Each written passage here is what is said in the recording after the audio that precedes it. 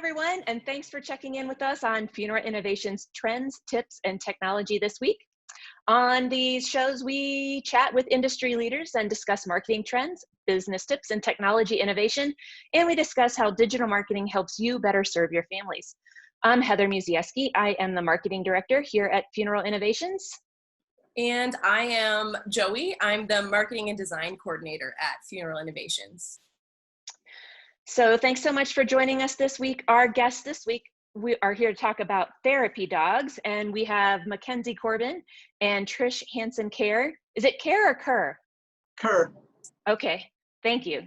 Trish Hansen Kerr, if you guys want to kick it off by just telling us a little bit about yourselves and your firms so that people know where you are, who you serve, that sort of thing. Want me to go first? Go first. Go ahead, Trish. All right, so I'm Trish Hansen. We are in Phoenix and Scottsdale, Arizona. We own 2 funeral homes, our own crematory, a cemetery, a pet cemetery. I've been doing this my entire life, although I'm not going to tell you how long that is. Truly, though, I've been doing this about 37, 38 years. I'm one of the owners with my brother, and we just get it done. We love people and love what we do. Great, thanks. Go ahead, Mackenzie. I'm Mackenzie Corbin. This is Zuko, and this is Judd. They're our therapy dogs.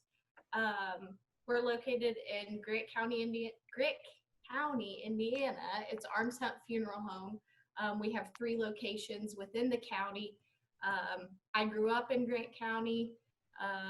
I'm actually new to the funeral business. I worked in criminal justice and mental health for 5 years prior to joining the funeral home in February of this year. So I'm still learning a lot, but getting the hang of things. Well, welcome to the industry, Mackenzie. That's terrific. Yes. Yeah. So Mackenzie, you mentioned your dogs' names, but would you both mind telling us a little bit about your therapy dogs and kind of introducing them? So I have 2. I have our Lily, who is 13, and Molly, who is 2. They actually did not get therapy dog training. Possibly shame on me. However, they're great dogs. They are my dogs. And my brother and I just decided they're good enough to realize what's going on and how it's happening. And so they've been trained really just in-house. But they're great. They're great. And I'm not sure you can see them or not, but A little bit, yeah. They're golden. The old ladies trying to really store away over here. And they're golden doodles? They are golden doodles, yes. Did you pick that breed specifically to be a therapy dog, or they were your pets and then? So Lily was my pet, and about 8-9 years ago, my husband said, "We're stupid." Although he's not in the industry, he is. If you're married to him, you're in the industry. But he said, you should take Lily to work. And oh my goodness gracious, it's been downhill, from there. It's been wonderful. So I've just brought her to work, and she's just kind of meandered her way, and she loves people, and the people love her. It's worked out great. That's great. And Mackenzie?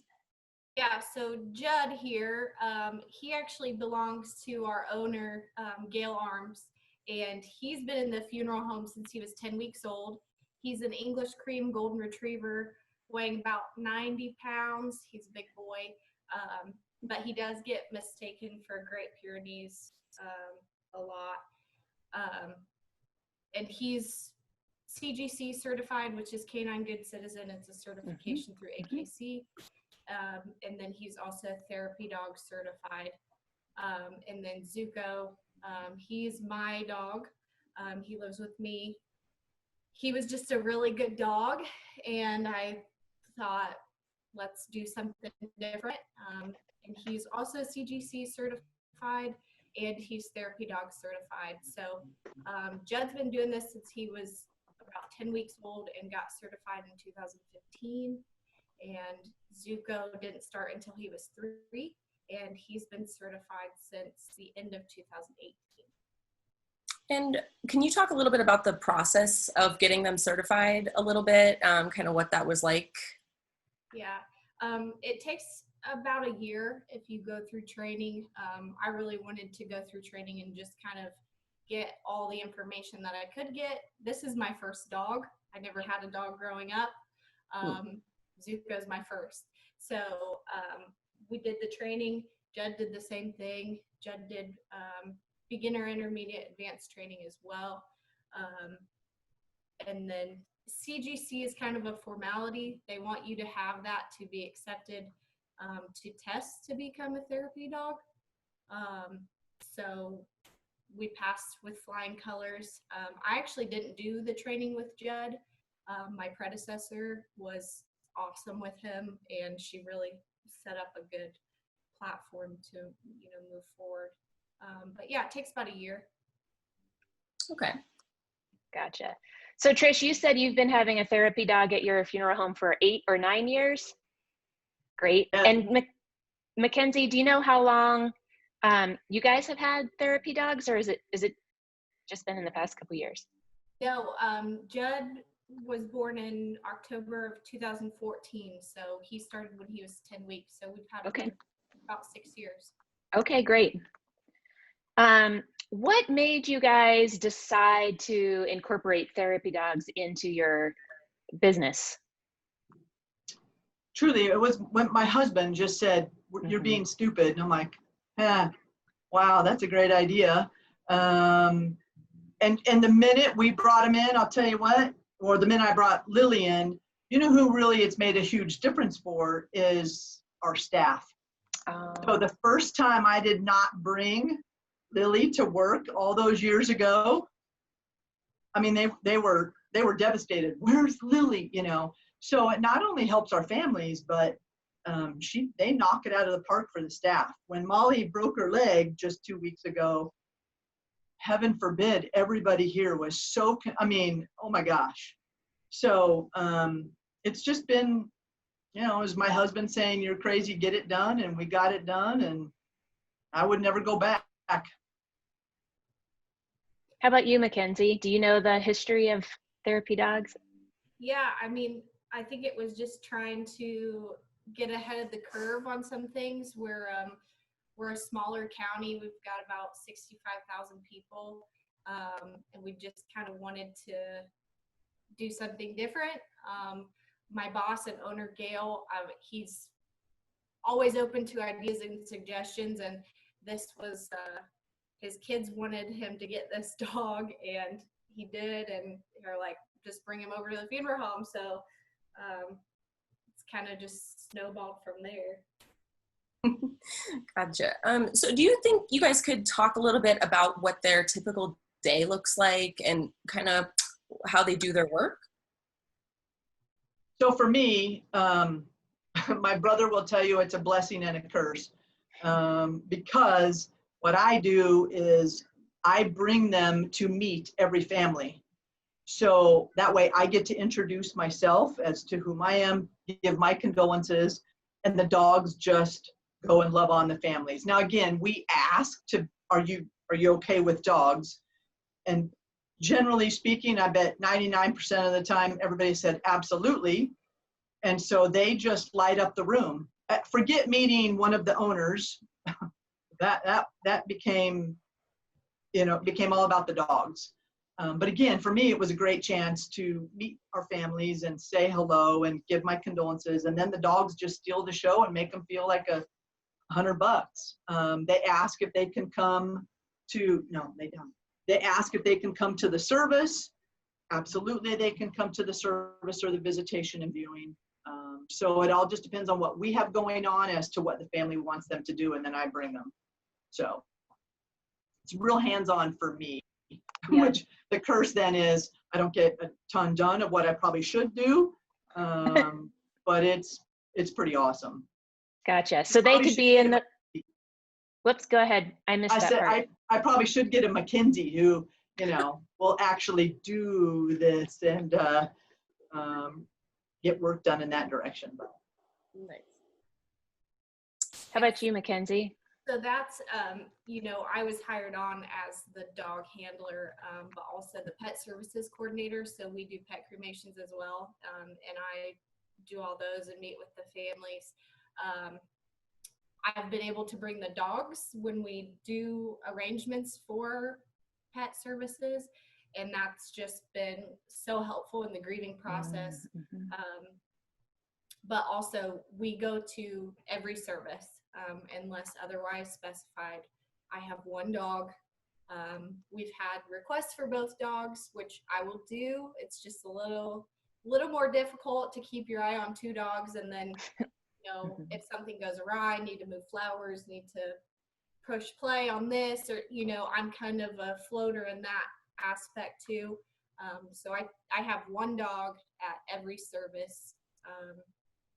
And it works out really well. Can either of you share a story of a particular time where you really saw the dogs making a difference? Gosh, just one? Yeah, our heads like, yeah, absolutely. Yeah, just one. That one's tough. I think the biggest one for me happened about a year ago. And a family had called, and they had two kids, 8 and 5, and their dad died, and they took care of their dad at home. They were a very involved family in the whole death process and through hospice and such. So when it came time to make funeral arrangements, she wanted to bring them in, and her son said, I'm not going.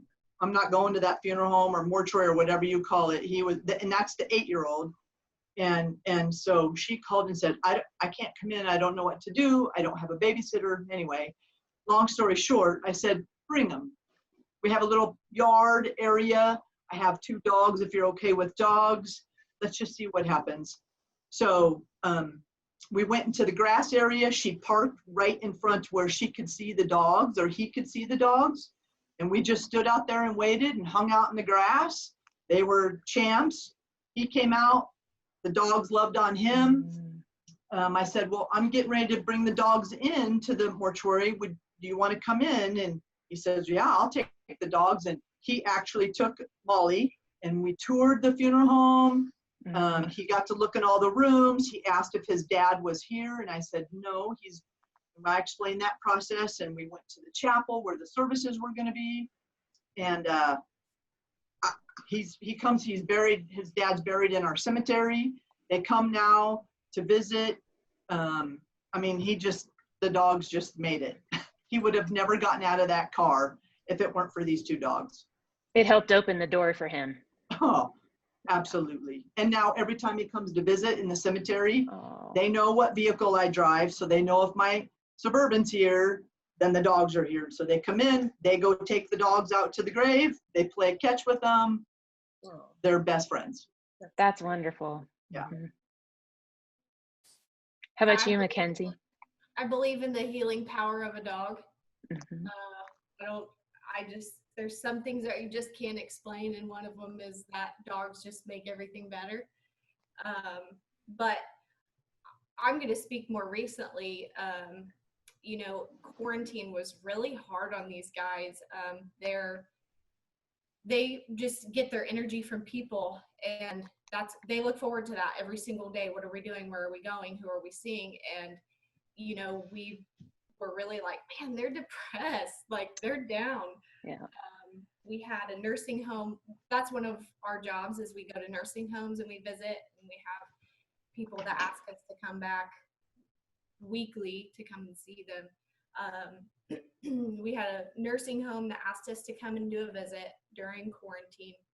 And I said, well, how's this going to work? And she said, well, we're going to go window to window. So we went to every single window at that nursing home, me and Judd, and I had a dry erase board, and I was writing messages. We miss you. We can't wait to see you. And I just hold up, he's 90 pounds, so he's huge. I just hold up his front legs and we'd wave. And when we left there, that was very eye-opening for me. And just the power of a dog in that moment.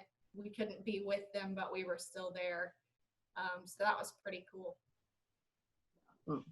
Yeah, Yeah, thanks for sharing that. It is cool. So you guys both have your dogs mentioned on your websites. Do you think you could, well, do you use your dogs in your marketing? And if you do, could you talk a little bit about that? Yeah, we definitely do. And we don't do the pet cremations. I think we kind of missed that boat here at our funeral homes. And that's okay. You know, we're like, all right, so what else are we going to do? So we put them on the website. We also then did a calendar. I don't know if you can see this calendar. And so we put the calendar in, and there's pictures. We did it with kids. And so it's also then, it's got a clip where you can, if you want to pre-plan or you want to look into the cemetery, it also talks about our pet cemetery. And so we have kids in there and crazy pictures of the dogs. And so, yes, that has helped out tons. And I think I heard Mackenzie say this too, you know, like, oh, you're the funeral home with the dogs. Yeah, I guess, you know, so we do it as much as we can. And now we just opened the pet cemetery about 2 months ago. And with all the COVID such, we haven't been able to really get out and market a ton, but we will for sure use them in that area too. Kind of like Mackenzie, they do with their grief, with their pets, and with the cremation part. So yeah, not a ton maybe, but we're getting there. The calendar has been huge, and we give it away. We don't make people buy it. If they want to donate, we put it to a rescue, you know, a rescue for dogs, and so, or animals. So we'll put it to a fund if people want to donate, but we tell people, please take this. So that's great. Yeah, we definitely use them as much as possible. Zuko is the more photogenic dog. He will smile for pictures. So we did a post for Easter, and they were wearing bunny ears. We did a 4th of July post and things like that. But they also have their own walls in each of our 3 funeral homes, introducing them, some of their favorite things, and pictures of them together, and then pictures of them separately. I find that the kids love that. So gets people talking. Great. Yeah, I want to check out those posts you were mentioning, and as well, I want to get my hands on that calendar too. All of it. My admin, our admin here, she does Facebook posts, and they have their own page and all that. I'm not that. They have all that. Sure. Instagram, whatever all that is. The dogs have it through Crystal, and they do the same, you know, on a special holiday too. Which it's amazing how many friends they have and all that. So we follow them. We follow what? them. We follow them on Facebook. See, what do I know? But yeah. Yes, we do We're on that. there too. All right, we'll get you right back. So your dogs have their own Facebook and Instagrams and stuff.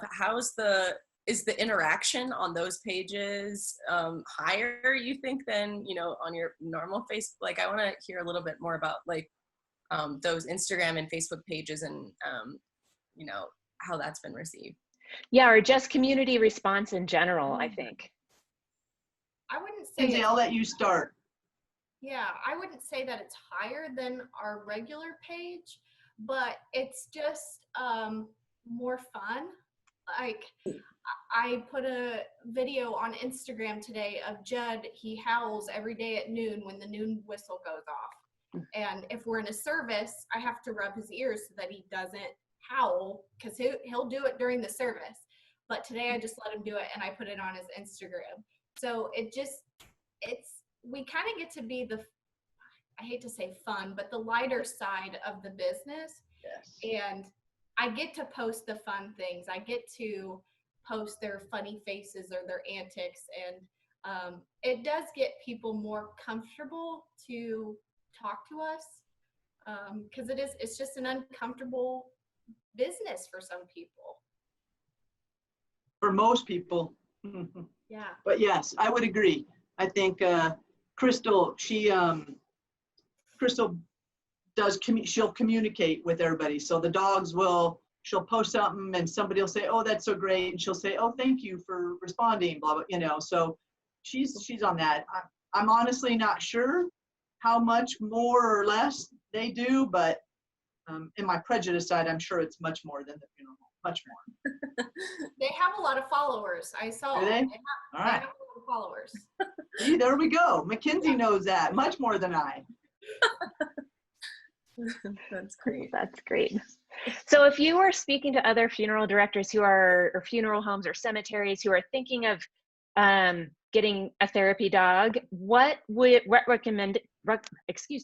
recommendations would you make, or what challenges have you overcome? What tips would you give for people thinking about it? I don't know if I've really and truly had a challenge.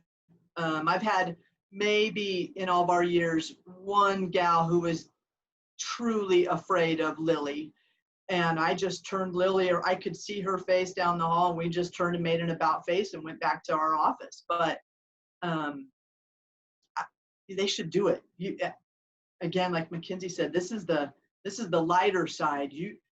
With watching that 8-year-old boy and the kids, it's helping families, and especially the younger families, realize, oh, funerals aren't bad. There's dogs at the funerals. Let's have a funeral then the next time. I mean, again, I think if we need, in our industry, we have to continue to educate our families and people why we should have a funeral. Well, when you have a dog there, that just makes it even easier. That's like a no-brainer. You come out in the yard, I realize everybody doesn't have that, and you tell the kids to throw the ball, and holy moly, now everybody's happy because the kids are happy, and the kids don't feel weird at the funeral home, and the parents don't feel weird because the kids don't feel weird, and it's the dogs. It's nothing I can do or say or anybody on my staff. It's these dogs. And so I think we're all cuckoo bird if you don't do it. But I'm kind of glad some of you don't, because then it just makes Mackenzie and our firms look fabulous. So just saying. Yeah, I would say you need to be really dedicated. In my experience with training Zuko and now having Judd, you set the expectation of your dogs, and I set a very high expectation. They know my body language. They know my voice. They know my tone. They know when it's okay to play. They know when it's not. So in that aspect, you need to be dedicated. It's just like having a child. I mean, you're training them to be an employee and to provide a service, and they're also the face of your business, so you want them to make you look good. Yeah. Agreed. That's a great way to put it. Agreed. And do you guys think any dog can become a therapy dog, or are there certain things to look for? Probably more of a Mackenzie question. Mm-hmm. I mean, I think that there's a certain demeanor that a therapy dog just needs to have. Like I said, there's a time to play and there's a time to work. When their vests are off, they know that it's okay. But when their vests are on, they know that they're working. So if you can train a dog to do that, then you can probably train it to do anything else. So it really goes back to their demeanor, though, and how they're going to act in a room full of people. Mm-hmm. Go ahead, Joey.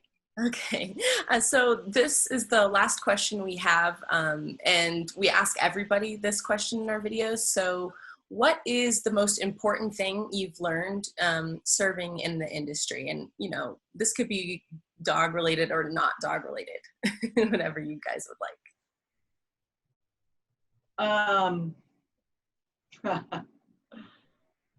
Patience.